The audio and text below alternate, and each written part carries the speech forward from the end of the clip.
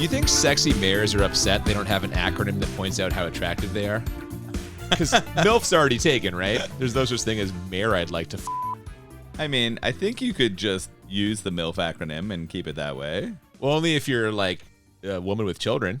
So just for the mayor in this movie, just Linda Hamilton can do this. It's MILF with 2 M's? Yes, mayoral mom that I would. There you go. Yeah, that could be something. Welcome to Bad Movies and Beer. I'm Cooper. And I'm Nolan. I don't think there's that many mayors out there that I'd be interested in. Well, you haven't seen all the mayors in the world. Think about how many cities and towns there are. Okay, there's got to be some attractive mayors. I might be underselling some beautiful mayors. This warrants further research, I think. We are back from our summer vacation and kicking off our 4th season. And as you can tell, we are in the exact same mental place we were at the end of last season. I think the new acronym is EOLF, elected official. I'd like to...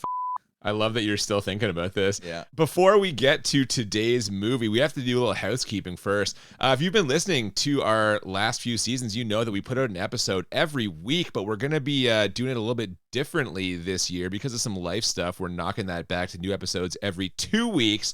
But we're not going to be taking the winter break we normally do in January, February. We're powering straight through to June. New episodes every 2 weeks. So keep your eyes open for those. Or better yet, just subscribe wherever you get your podcasts. Yes, that's a good plug there. I like it. So this 4th season's going to be a little less frequent, but still lots of content out there for you. We are just getting started too. The movie we're doing today was the winner of our seasonal vote off. Yeah, it won the volcano face-off between...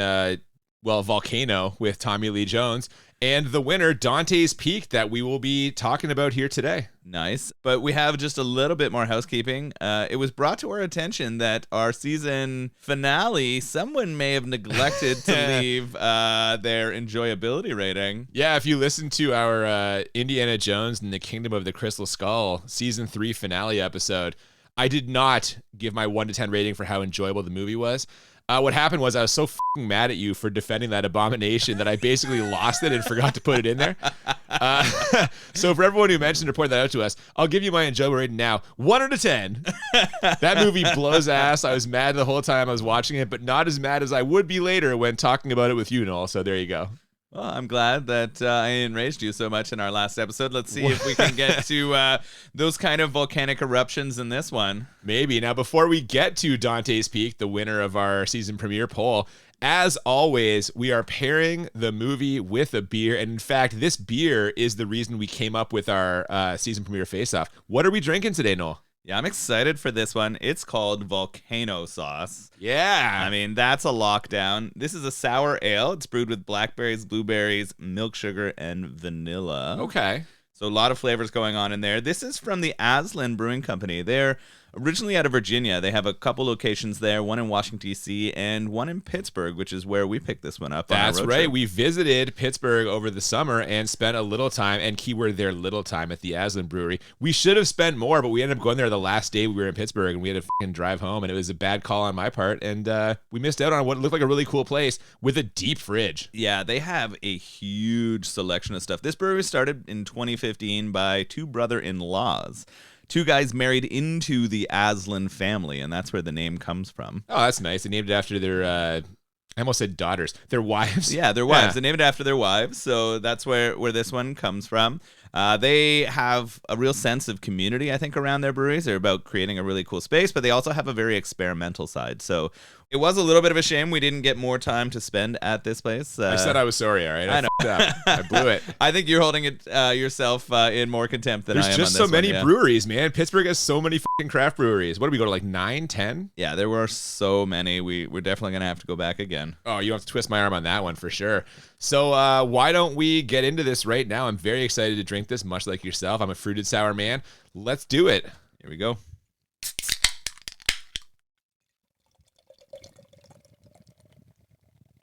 So after the Universal logo, we open with some ominous music and a flyover shot that eventually comes to a stop over a volcano that immediately erupts as the title zooms in.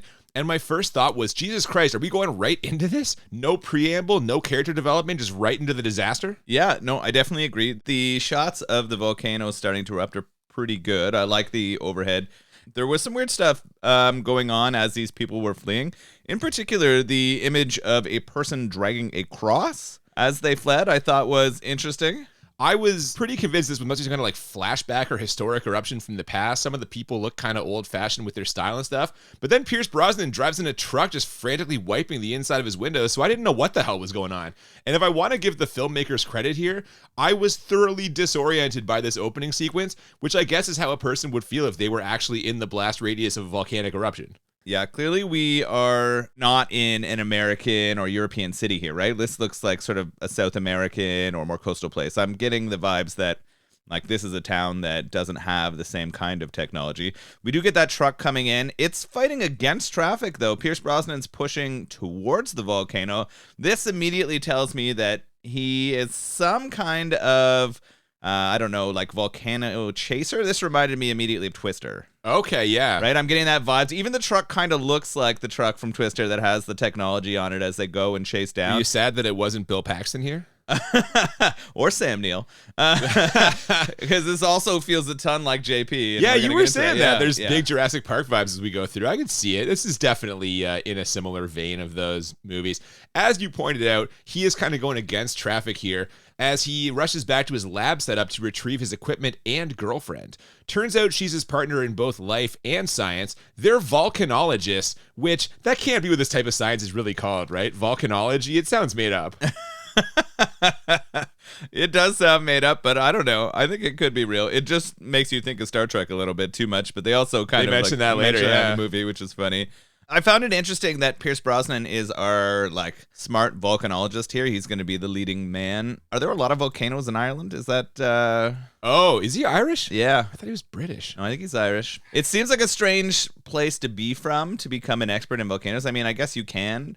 I was hoping he actually had an American accent throughout this. Like I was reflecting back on it. I was like, I wonder if he's going to try to pull. I don't think he can do an American accent. I don't think he can either, but I wanted to see it. I mean, that would be something for sure.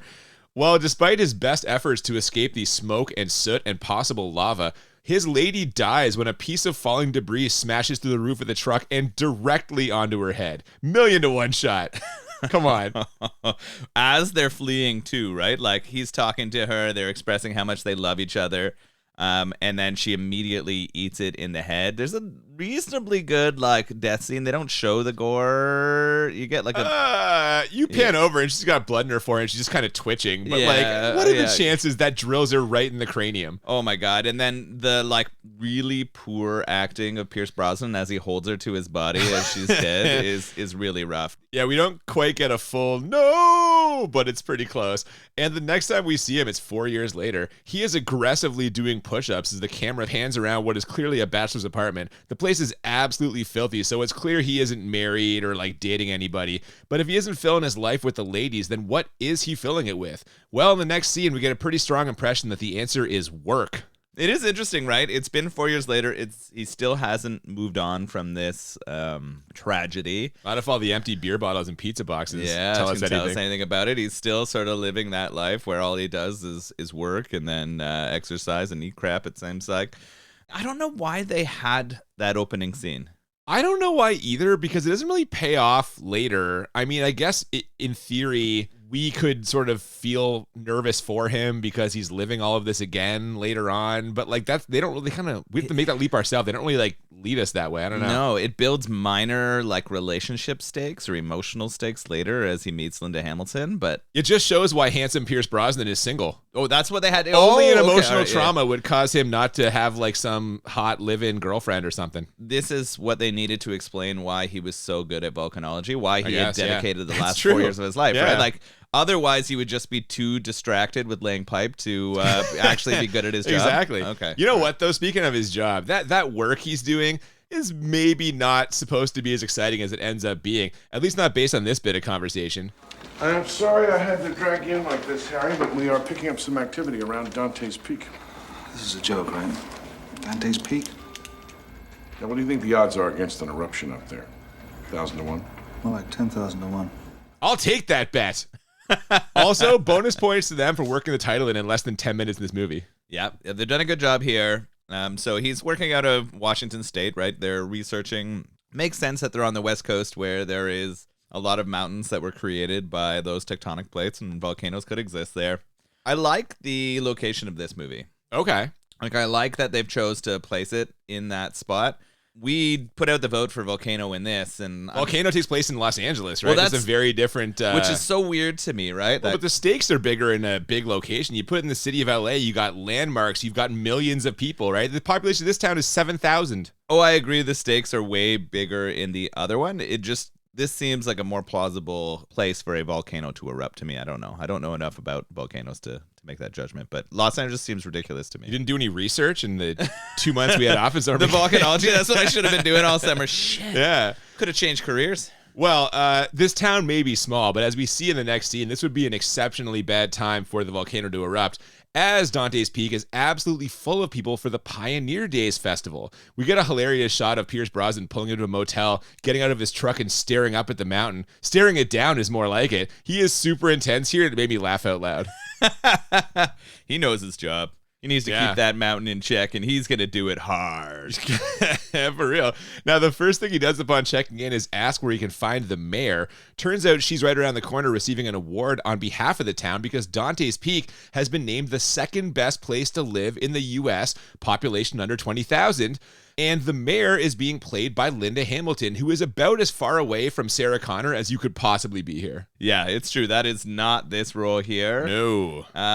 She's coming in a little bit late to this appearance because she is a single mom and she's getting her kids in the right spot. So you're kind of getting a lot of that vibe early, right? So that's gonna be a big part of her thing.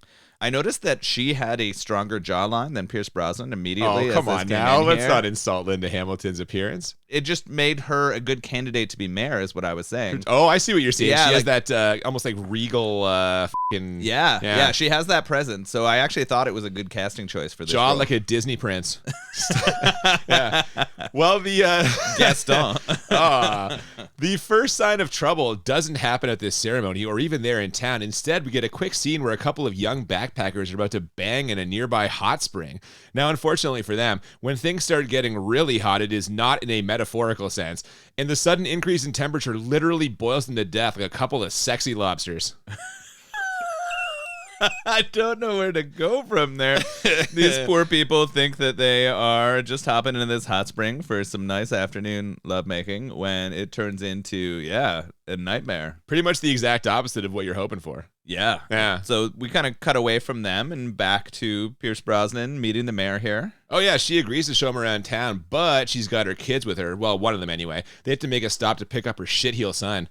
Or at least that's the impression it seems they're trying to give him here, which he does not live up to. They kind of make him sound like a dirtbag, like he's always in trouble. He seems like a pretty nice kid. Yeah, I mean, trouble is relative. There's not so much trouble you can get into in the, sweet town of Dante's Peak. Oh, I don't know, buddy. A lot of people get into a lot of trouble in small towns in America and Canada. Let's not kid ourselves. I guess that's true. He also is pretty young. So the level of trouble this kid can get into as, a 10-year-old is much different than what you would get into as a, teenager. Well, I was expecting it. The way they were talking about it, I expected some fucking, dirtbag 17-year-old to walk out. Not the case at all. This is where I start getting the Jurassic Park vibes for me. Right. We've got the two children and the single mom, and now we've got the scientist coming in who is going to make a connection with this family immediately, right? Oh, yeah. And the daughter, she's that kind of plucky stock character you see in every movie, mouthy in that cute way where the stuff she says is, slightly beyond her years. Wasn't that a Jurassic Park thing, too? Yeah, absolutely it was. So it fits pretty, carefully there. I feel like we know these kids are going to be in harm's way at some point here soon, and that Pierce is going to have to save them. Yeah, I like how the daughter was also confused about Pierce Brosnan's job description. You know about this stuff? Yeah, just a little bit. Dr. Dalton's a geologist. Volcanologist, actually. You mean like Dr. Spock and Mr. Spock? Well, kind of, but without the ears, I can't tell if the son is actually a nerd or if that was a subtle dig at Pierce Brosnan's character. He didn't want to call him doctor. You know what I mean? No, I think the son was a nerd, but... Well, yeah, as it turns out later, that's true. But in the moment, I'm waiting for him to be a dirtbag, so I'm he's going to be a fucking dick to Pierce You're Brosnan. looking for all Not the really. asshole kid stuff? Yeah. No, it doesn't happen. It does not. After totally organically working in that she isn't married, Bronson gets a knowing grin on his face after that one. The mayor drops her kids off with her ex-mother-in-law, or tries to anyway. Instead, this old lady somehow invites herself along. It's not the only thing she's forceful about either. She is adamant that there's nothing going on with the volcano, but the look on Pierce Brosnan's face when he checks some local pH levels makes me think she might be wrong about that. You know, that and everything we saw in the trailer and movie poster. Yeah, this old lady is determined to stay in her home at the edge of the mountain and will not believe any evidence. pH levels, though, are probably not enough to let us know that something really bad is going to happen here. What else do they kind of discover on the way? Well, in a terrible coincidence, old grandma decides to take the kids swimming in a nearby body of water, and that body of water just happens to be the hot spring where those two backpackers got cooked earlier. Now, luckily, Pierce Brosnan spots those floating corpses mere seconds before the mayor's son jumps in, but does an absolutely awful job of stopping the kids from seeing them. That, combined with some other telltale signs, dead plants and animals, tells Pierce Brosnan that there's trouble on the way, but when he calls his bosses, they inexplicably don't believe him. He's a f***ing expert, and as he points out, they sent him there. On a scale of 1 to the mayor in Jaws, I'd put this about a 7 for bureaucratic arrogance, and it gets even worse in the next scene. So Brosnan is rightly concerned. He would like to call a meeting of the town council to talk to them about their next steps.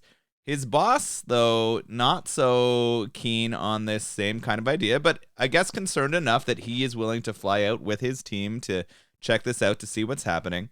The mayor and Brosnan collect the town council, and what happens at that meeting? Well, I'll tell you what happens. His boss shows up to cut his balls off in front of them, which causes Bronson to tell his boss that he f***ed up and storm out. Now, I and his boss assumed he'd be heading back to f***ing Portland or wherever the f*** he came from, but so confident is Pierce Brosnan that not only does he not leave, he doubles down when his boss asks him why he's still there. Decide to stick around. Yeah, I can see that. Question is why? Because this town's in trouble. I'm the best man you got. This scene is a total dick measuring contest, and Brosnan just broke the ruler. Oh, yeah. This scene plus the council scene are a bit rough.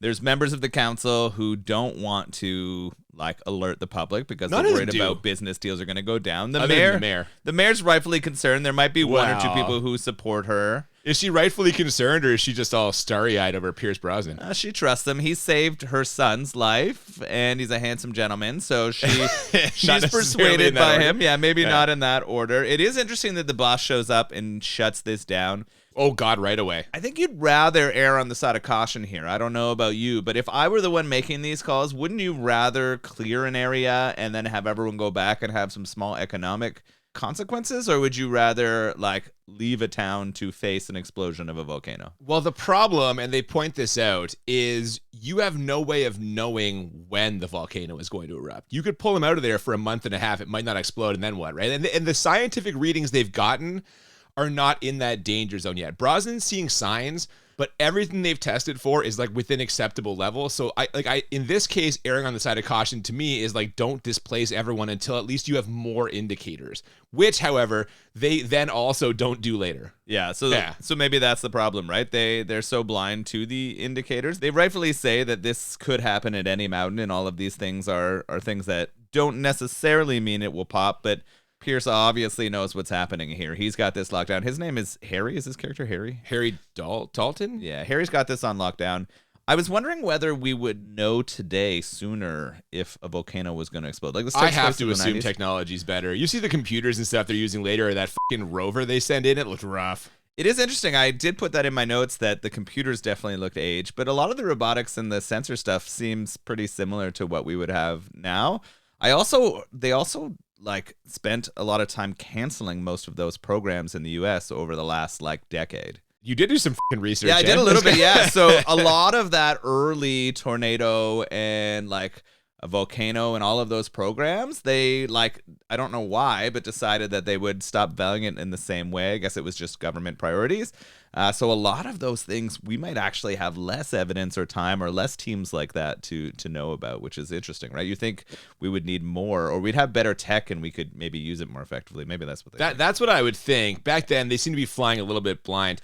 And despite that fact, Brosnan's boss can't help but be impressed with his confidence, so he makes a deal with him. Pierce Brosnan can stick around and do whatever he's going to do as long as he runs everything through the boss. Now, with that out of the way, there's only one thing left to do. Clumsily work in some romantic intrigue by having Pierce Brosnan visit the mayor at a diner she also works at. This felt forced. Yeah, she runs the diner, which is interesting, right? It's her own, it's almost diner / grocer. Like he can go and pick up supplies and stuff. The relationship is definitely forced. He comes to apologize for putting her next mayoral race in jeopardy here. The council's mad at her for potentially suggesting evacuation. But she's sweet on him. She invites him over for dinner that night. Yes, she does. He agrees, and they're going to have a little bit of a date. Our romantic subplot is forming here. To up the stakes when a volcano explodes, it's definitely better for him to have a love interest and to feel like you've got to. You've just got to, right? It's it had movies to happen. 101. Yeah. After a quick helicopter scene where all the data they're getting from the volcano is totally normal, I swear, we get to see this dinner where Brosnan charms the mayor by first goofing around with her kids and then pulling back the curtain to tell her all about his doomed romantic life. But we both know it isn't that doomed, as we see her practicing how to casually say hello to him in her car the next day. So just like with the volcano, there is a lot building up beneath the surface here. In their loins? Is that what you're saying? That's right, yeah. There's some tectonic shifts happening below the belt. Yeah, for both of them, I think. I don't think this is a one-way thing. The dinner seems to go well and everything's good. Hamilton's definitely smitten, falling for Brosnan. He's doing all the right, It's fucking Pierce Brosnan. The man's handsome as but he's also charming the children. Well, that's what really does it, I think. Yeah, when he's indulging her kids and doing magic tricks and shit. Yeah, exactly. And now we're going to transition to science porn time is what I would call it. Yeah, they discuss a lot of scientific and some non-scientific things in the few quick scenes here with Pierce Brosnan's team. Now, this stuff with the other volcanologists or techs or whatever they are is really just trying to get us emotionally invested in some characters that could possibly die. And they pretty much immediately start testing that when we see the rover in action. Yeah, the rover starts going down. The guy who fixes the rover, I think his name is Terry. Terry, yeah. We've got Harry and Terry here, which is fucking annoying, to be honest. So Terry is doing that really lame predictable thing where when it's not working, you just kick it and hit it a bunch. Well, first he has to rappel down a dangerous part of the mountain, and they're like, "Don't do it, Harry," and he just does it. Yeah, he does it. He doesn't listen. So of course he repels down and he starts kicking it, and it starts moving for a second. But then what happens? Well, seismic activity causes a rock slide that breaks his leg and temporarily buries him, so it's time for a helicopter rescue. Now, this sounds exciting, and they try and pump it up with dramatic music, but this scene just didn't really deliver any action for me, Yeah, we didn't really care about Terry. No. He didn't sell it on me. He's kind of comic relief-ish in that science crew, I guess. I did enjoy the shot of them getting lifted out. It flies around, and there's too much helicopter shots. Yeah, Brosnan goes down there to dig him out. Yeah, when he clips onto the two of them and it lifts them out and over the mountain, I actually quite enjoyed that shot and felt like that was fairly exciting. I don't know, for what should be an action scene, I was kind of underwhelmed. Now, the real fireworks come after they load this guy onto the chopper. Brosnan once again tells his boss they need to evacuate the town, but he doesn't want to sound the alarm over some minor tectonic quakes. The biggest one we measured was 2.9. I don't give a damn if it was a 1.1. Harry. Those quakes were shallow, Paul, damn shallow. I was up there. I felt this thing is going to blow. Harry, I'm warning you. I'm not going to have one of my people scaring the hell out of everybody because of guesswork and hunches. Another 48 hours will tell the tale. You get a grip. Do you think history will remember this guy as the most wrong ever, or... Yeah, this guy will not pull the fucking alarm bells here. He just refuses to accept any of the evidence. Brosnan is getting increasingly angry, right? Yeah. He's getting frustrated. And the only place where he can take that sort of pent-up energy is into the bedroom. Well, not yet, though. No. If he can't convince his boss, his next best option is trying to convince the rest of the team. But nobody bites. And although his boss gives him more than the promised 48 hours, nothing seems to be happening, so it's time to pack up and head home. And here's where we get to what you're talking about. Because if you knew you were leaving the next day and had been flirting with some hot mayor for weeks, how would you spend your last night in town? Well, of course, he meets her at the bar for some beverages. Yeah. And then he offers to walk her home. So they have a nice long walk, and they're walking along the bridge, and then the town busybody gossip gives them a side eye as she drives by. The two of them getting a little close. Yeah. So they get home, and she offers to make him some coffee. Yeah, but he doesn't want coffee. No. He wants sex. And despite them both being a little out of practice, he seems pretty confident. I haven't been with anybody in a long time. Same here. Do you know what they say? It's like riding a bicycle. Once you've learned, you never forget. But unfortunately, before he can get the mayor to take a different kind of entrance poll, They're interrupted by her daughter, who completely derails everything by asking for some water. Yep. So the mayor tells him, don't worry, she'll be back in bed in 10 minutes, and then be ready to create frantically. She's like, don't worry, she'll go back to tsunami. Yeah, there is going to be a kind of natural disaster of a different kind in that bed, I think. After. Oh my God, why is it a disaster? I just pictured a lot of liquids. Oh, Jesus. But they go to pour some water for the child, and something's not right here. Yeah, the copper color and pungent smell of the water is all the proof Pierce Brosnan needs to prove that this thing is really happening. His boss realizes what's up and calls the National Guard, but the earliest they can arrive is the next day, so the logical thing would clearly be to immediately evacuate the town. That's not quite the plan they come up with, though. Instead, landing on, invite everyone to a meeting at 6 o'clock p.m., roughly 8 to 12 hours later, and then announce the evacuation. Bureaucracy, ladies and gentlemen, your tax dollars at work. They even had the police out and like telling everyone in the town about this meeting. They could have been getting everyone to pack up and get the out of here. Well, they also put the mayor on television. She's like the local news telling everyone about how important the meeting is. That's when you just tell everyone to calmly evacuate town. That doesn't make for as exciting a shot, though, as having everyone in town in a building as shit starts to go. Well, yeah, I was going to say, if you can believe it, the volcano erupts at the exact moment Brosnan and the mayor are telling everyone that the number one thing they don't want is panic. Irony! And of course, there's panic. Immediately. Yeah. Everyone rushes out as they're trying to tell them to be calm. A few people get trampled. Thankfully, Brosnan's able to push through and pull them to their feet, and it doesn't seem like anyone dies from this trampling. But everyone is on their way out of town now. Everyone is in a panic. The mayor calls her kids, tells them to get packed up and get ready to go, and they're going to head over and pick them up from that diner. They are, yeah, and it is a complete scene of panic, like you said. People are screaming and running in all directions. Things are crashing and falling down. And before you know it, Pierce Brosnan ends up right back where he was at the start of the movie, frantically trying to drive a truck out of town with the lady he's boning in the passenger seat while the world falls apart around them. And I have to say, it is a true testament to this character's courage that he is able to function at all in what must be just a complete PTSD nightmare. Yeah, no, that's true. Yeah, they don't show him actually having any ill effects of that. It's interesting because you would assume, as he's trying to rescue someone and flee from a volcano, he would be going back. I thought maybe they'd even show some flashbacks. Yeah, this is the time for that, to make that connection, like we said, but instead they all just they kind of blow right past it. Like, he seems fine. Yeah, I don't know why that doesn't have an impact here. The volcano blows its top, right? It pops the top. Definitely. And then the action gets hot and heavy really quickly. I mean, similar to what would have happened in the bedroom the night before. If that. Yeah, no, I actually think this sequence is fairly well done. It's a big budget sequence. There's a lot of good effects of things getting smashed and being destroyed. It seems very realistic. Also, making realistic, logical decisions are our main characters who head to the mayor's house to grab her kids. But unfortunately, that's the last time I'm going to be able to use the words logical and realistic for a while. Because where are her kids, Noel? They decided that they had to go save Grandma. Grandma refused to come down from the mountain, and the kids were not going to let that go. So that boy before who you said they were kind of making out to be trouble by running to the exploding mountain, not by leaving and fleeing. Well, and driving a car. Yeah. He's driving the car. And he's doing it well, effectively. He's doing it insanely well. So it's fairly surprising that is the case, but ooh, yeah, more volcano sauce.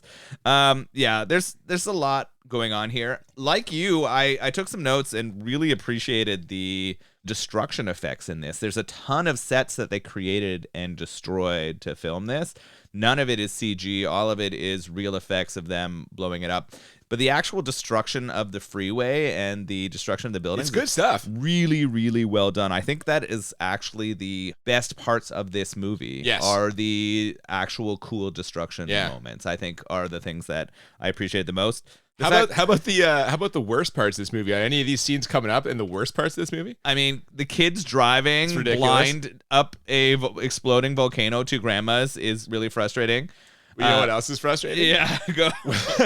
With precious little time to spare, Brosnan decides to take a shortcut by driving the truck across a river. Seriously, apparently the engine has a snorkel so it can keep running even when the bulk of the car is submerged. But even if you want to give the screenwriters credit for that one, they get stuck halfway across only to be knocked free by another car that also tried to drive across the river and just happens to bump into them. So they are back on their way, and I am just furious. I did notice earlier in the film when he drove up that there was a snorkel on that vehicle. So I assumed that there was going to be a moment where they needed to go through a river. The fact that all those other people who did not have snorkel vehicles drove into the river after them. They see him doing it, and they're like, oh, what a good idea. But if you know that your car's not going to make it through, the reason why they're all driving through rivers is because there's huge traffic jams and all the bridges are out and shit is falling apart here. If they had evacuated the town before that town meeting, like the 12 hours when they knew things were going to go wrong, none of this would have happened. But of course, here we are. They get luckily bumped, and they're headed up the mountain, too. They're hot on the pursuit of the kids, right? Yeah, which is going to take them past the kind of the research center that they've got set up for Brosnan and his crew. And now we get to the helicopter scene, which, for something that was only a minute and a half long, this must have cost them a lot of money. And I'll be honest, I didn't think it was worth it. Yeah, it's true. There's not a ton of payoff here. They're basically saying all helicopter pilots are like crooked or just out for money. Yeah, just want cash. I wonder if they had to pay for very expensive helicopter experiences in filming the movie, and they were like, we're going to stick it to this guy in the script. I don't know, maybe. Well, if you notice that the only passengers that guy takes up are the two like business guys that were in the town council meeting. They're like leaders of the economy, and by that token, I guess they're just evil. We kind of find that out like in this scene. That's kind of where it goes. It's feeling very paint by numbers at this point. But it seems almost unnecessary. Like we've seen these characters for maybe 15. So who gives a shit if they die or not? Like really, it's just that the Brosnan and Linda Hamilton have to dodge a crashing helicopter in their fucking truck. Yeah, and that is pretty bullshit. The fact that the helicopter comes down like directly in front of them, it bounces off the ground, flies over them, and then explodes when it hits a building. Yeah, it's not super realistic or great. Either way, at this point, Pierce Brosnan and the mayor have driven across a river and dodged the crashing helicopter. So you're probably asking yourself, what's next? Well, if you said successfully navigate a full-blown rock slide, then bingo. They do in fact make their way up the mountain to Grandma's house. And I love that she is still sticking to her guns on this whole there's no danger thing. This mountain's never gonna hurt us, believe me. You're such a fool, Ruth. Come on. It takes her literally less than 10 seconds to be proven wrong when a river of lava busts through her wall like the Kool-Aid Man. Oh my God. It's ridiculous here. This was the first kind of bad CG. Well, I was going to say, you mentioned the realistic effects and no CG, and in my mind, I'm like, what about the lava? Yeah, this moment when it comes through, I actually think it's the worst effect in it. Yeah, easily. Some of the other lava stuff seems very good. Well, because they've got it kind of off to the side. It's still, like, clearly fake-looking CG, but at least it's not in, like, the foreground. This comes right at you, and it's not effective. It's not very good. So they somehow get out in time, even though lava has bust through it. But they don't really have anywhere to go, so they run over to Grandma's tinner. Yeah, with the cabin on fire and the road back down the mountain completely destroyed, there's only one way out, and that is Grandma's little boat there. They fire up the outboard motor and attempt to cross the lake, but the problem is there's something they don't know, which is the lake has become acid. The fish are all dead, the boat is starting to dissolve, and the children are scared. So Pierce Brosnan does what any rational man would do in that scenario. He lies to them. He lies to their f***ing faces and tells them everything's going to be all right. Yeah, sometimes you have to tell some half-truths or some non-truths to keep children and others in line when you're in an emergency situation. Keep them in line. Yeah, this is necessary, right? You don't want them to panic. They have a like healthy rendition of row, row, row your boat to keep their mind off of the boat sinking. It becomes a little more frantic and forced as the boat starts dissolving. Yeah, the tension here is okay, but it seems really silly. I don't know. There's something about this that isn't working. It's like, you know, they're in a lot of danger. You know that there's no way they end this movie with them sinking and all dying in the middle of an acid lake. So you know that we're at least getting close to the edge of the lake before something goes bad. I mean, I knew all these things, but I did not know where they were going with this. As you mentioned, they are so close to making it across. They can see the shoreline, but the propeller dies, so they are trapped. But in a very real way, not like in that movie Beneath that we watched last season, you know? Yeah, so oh my god, drawing this is actually a good thing to draw back to Beneath, because the lake that they have to go through is huge, unlike the one in Beneath where you could see the edge all of the time. That was very silly, but a good episode. Check out our Beneath episode from last season. Definitely really that was fun. a good time. Yeah. So they can see the edge, they're close, and you know what they decide to do, like you said, unlike in Beneath, is paddle. Yeah, Brosnan wraps his hand up in like his shirt, hoping that will like stop the acid from getting to him, but it's not doing the job. So with no other options, Grandma gets it done here. She takes one for the team and jumps into the water, burning the shit out of her lower body, but pushing the boat to shore. I was tempted to make the she's the real hero of this movie argument here, but let's not forget they were only up there because she stubbornly refused to leave her home and was still trying to defend the mountain as it was literally destroying everything around her. So I guess this is more of a redemption arc for her, but either way, that's gotta hurt. Yeah, damn. Ruth fucking eats it here. Good on her for getting her grandkids to safety in the nick of time. She knows that she doesn't have that much time left anyway, so she's going to sacrifice herself here. She obviously feels guilty about getting them up there, knows she's to blame. I think this is where she dies. Like, I thought they were just going to leave her here and she was done. But they do all get to the edge and get off just in time. Brosnan not pulling off the dramatic here. Oh, you don't think so? No, I was not sold on his performance in these dramatic parts, in particular this one and the death scene for his girlfriend or at the start of the movie. They hire him for his handsomeness, not for his dramatic acting. This is where I wondered what his background is. Yeah. Like, is he a theatrical... Like, is he from... Like classically trained for the stage? I have no fucking idea. What? Well, I don't know. You're the movie guy. I was like, That's I thought fair. it'd come to you. So I just wonder what his background is, because I could see him having classical training just because he is British and comes Well, I know from he's that not side a of it. singer. You ever seen Mamma Mia? Oh, no. Is it awful? He's not the best. Oh, okay. Yeah. Well, so his drama and his singing have about the same amount of quality in my... I did not think his acting was that bad. However, maybe he feels like he's getting shown up by that fucking old lady being the person who pushes the boat in, and he's just sitting there getting a free ride from Grandma. Yeah, he pretty much does, I think, and from the actor. Yeah, I thought she was dead here too, but the next scene, they're carrying her down the mountain and she's still alive. And I was like, God damn, is she actually going to make it? But no, we get an emotional goodbye as they lay a very charred grandma down and she passes away. And right on cue, here come the waterworks, figuratively and literally. Yeah. We also do get a slight interlude where we see the army show up. So we know that they're here to help clear the town. And we do see the town is getting like emptied out pretty well. You know what else is going to clear the town? This dam bursting.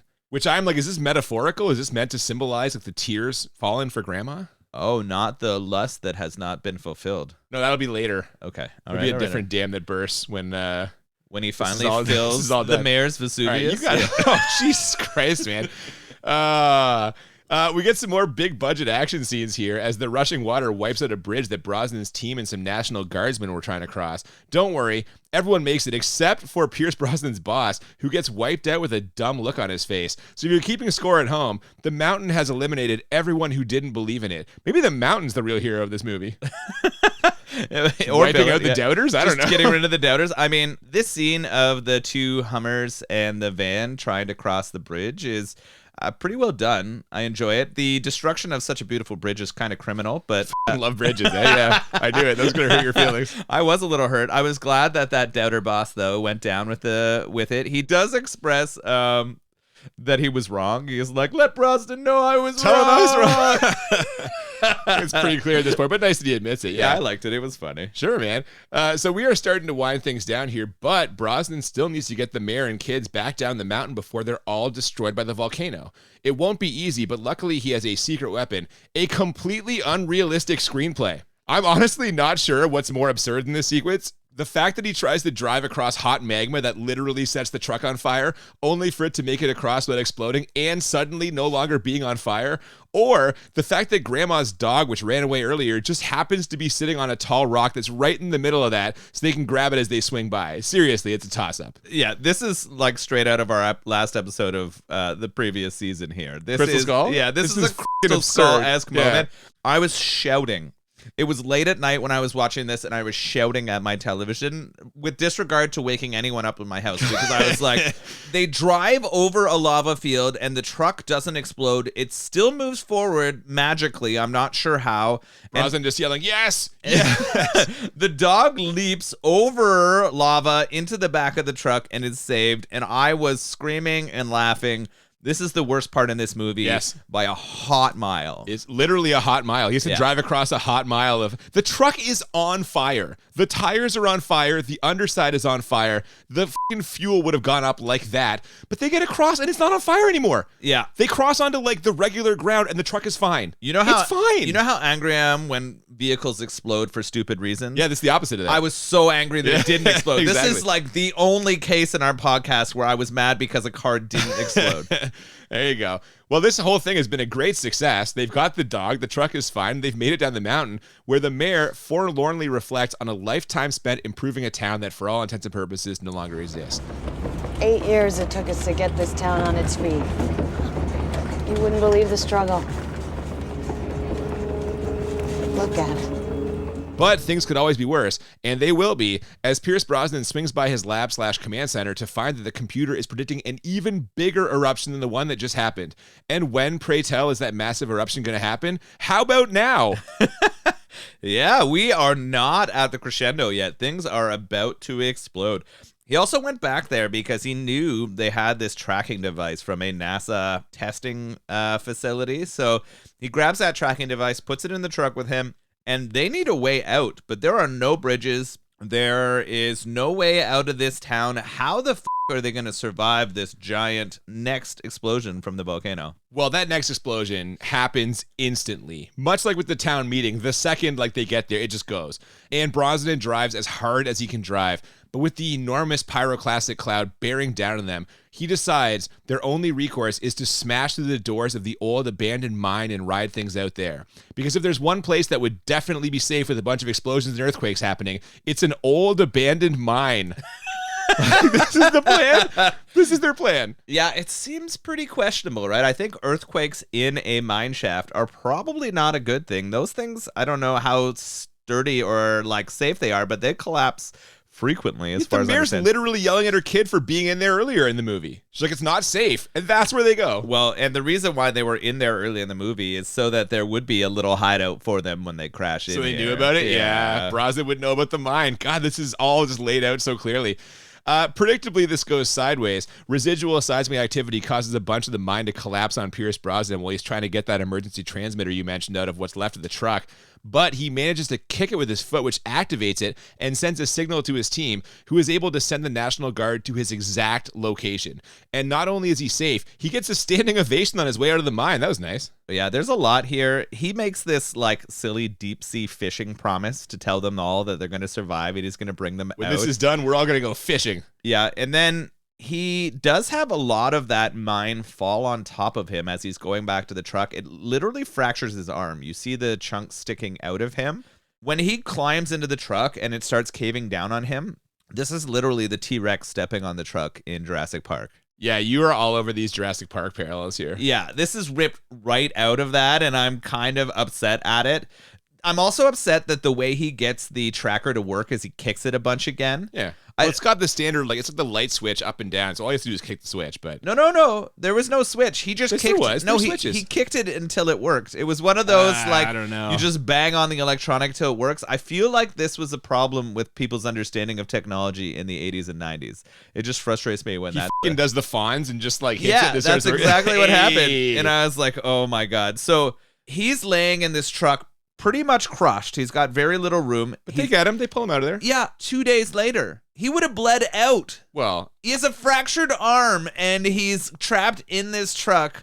Like, the guy would have died. There's no way that they're pulling him out of here. Well, but hold on. If the pieces of mine are lodged in his arm, they might be blocking them. Like, if you get stabbed with a knife, you're not supposed to pull it out. No, for real. Yeah. You're not supposed to pull it out because maybe that's the thing. His arm was fractured. You could see the bones coming out. You're telling me that there were no like veins or arteries that were ruptured in that break? Okay, how about this though? Here's a more realistic problem. Why hasn't he soiled himself?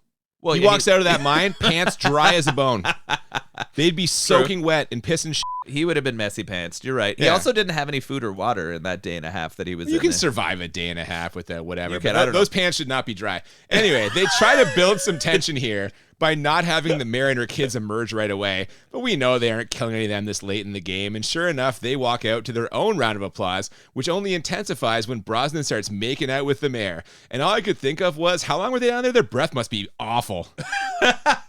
Yeah, they'd waited a while, though, to lock lips, right? This was something that they've been hoping would happen for days.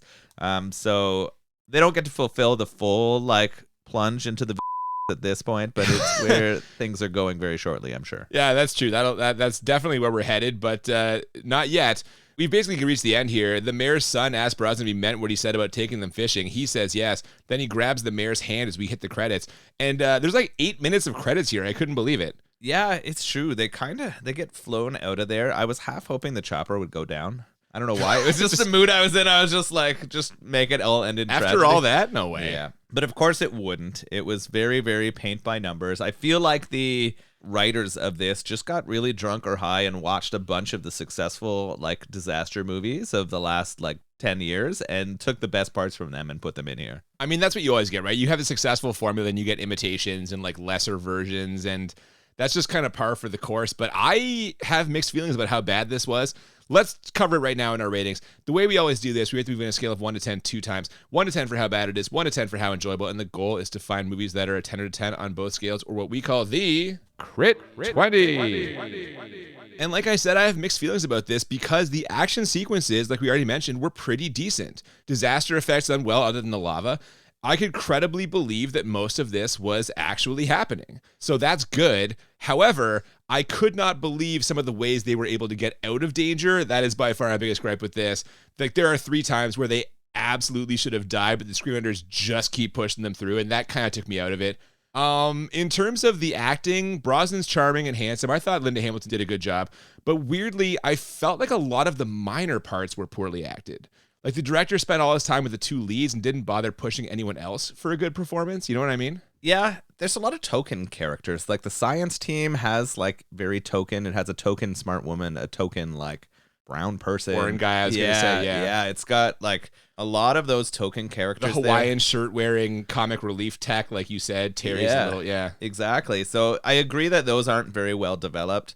The boss character is okay. Like, Token is he's a very soft character also. That's true. I don't know. The kids do actually a decent job, I think, for kid actors. But they're also stock characters. That girl is just the same like plucky girl that you see in everything else. Yeah, I don't know. I don't disagree with you. So there's that. Overall, I found this to be a pretty standard disaster movie for all the reasons we just said. It hits all the beats you'd expect, but there were a few parts that were boring and or didn't really contribute anything to the plot.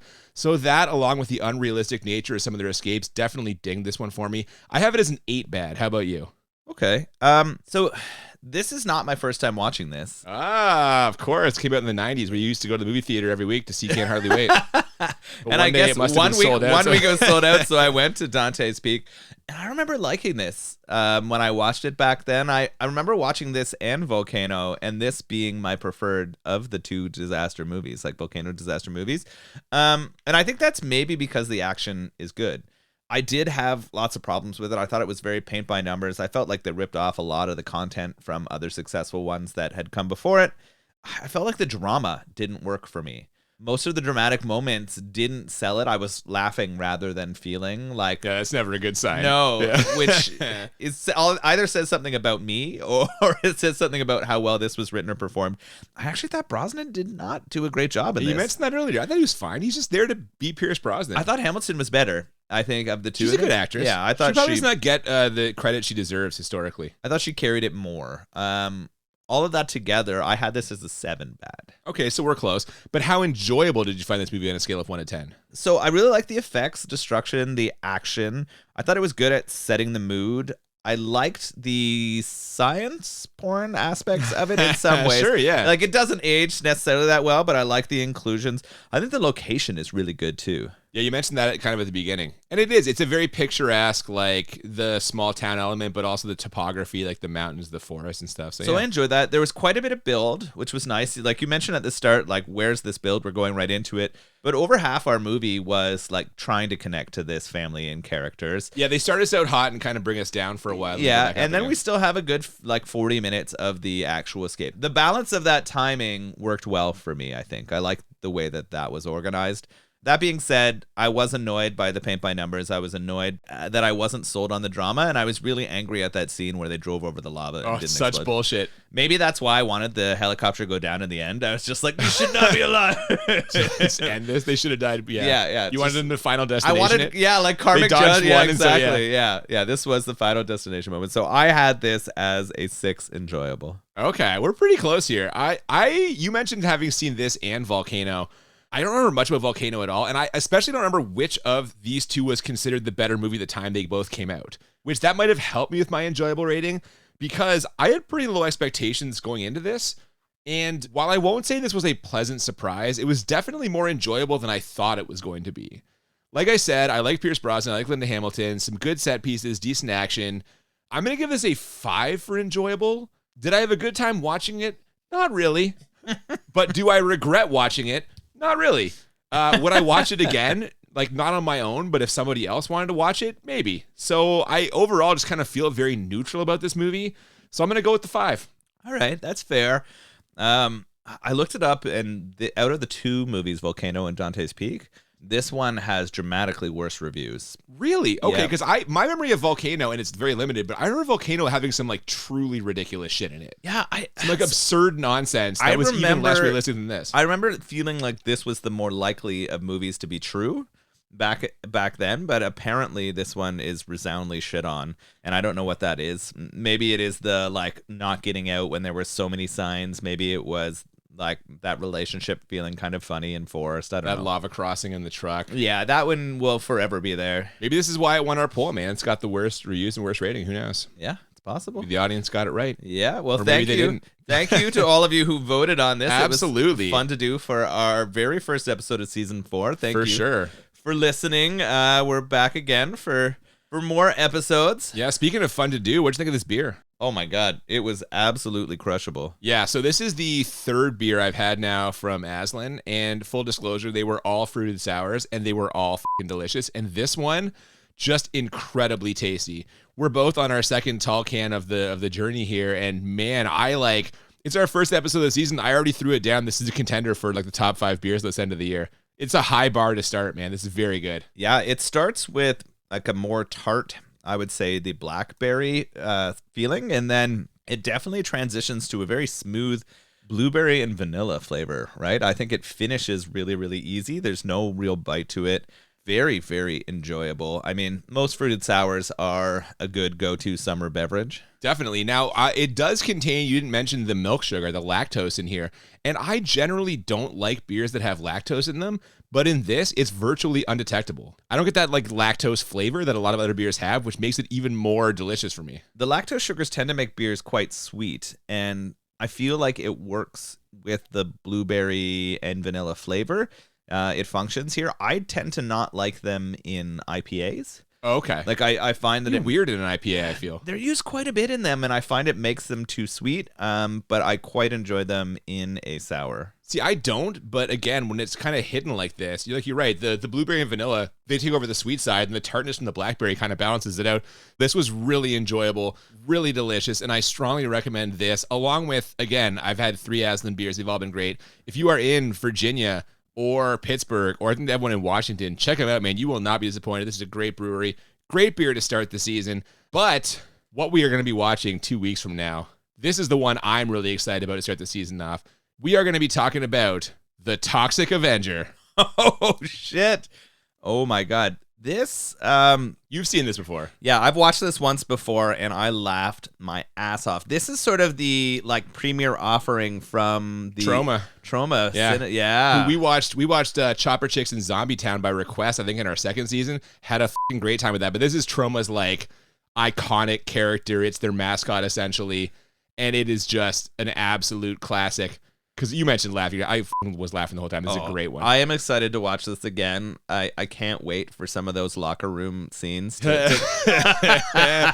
High hopes for sure. Like I said, like we were gonna leave the first episode with the audience, but I'm like, and then we're doing Toxic Avenger. So that's how I want to start this year off. Oh, I love that we're starting off with a bang here, both with our Dante's Peak explosions and Toxic Avenger. That's really, really exciting. Definitely. So as we said at the top of this thing, it'll be 2 weeks from now, not 1 week.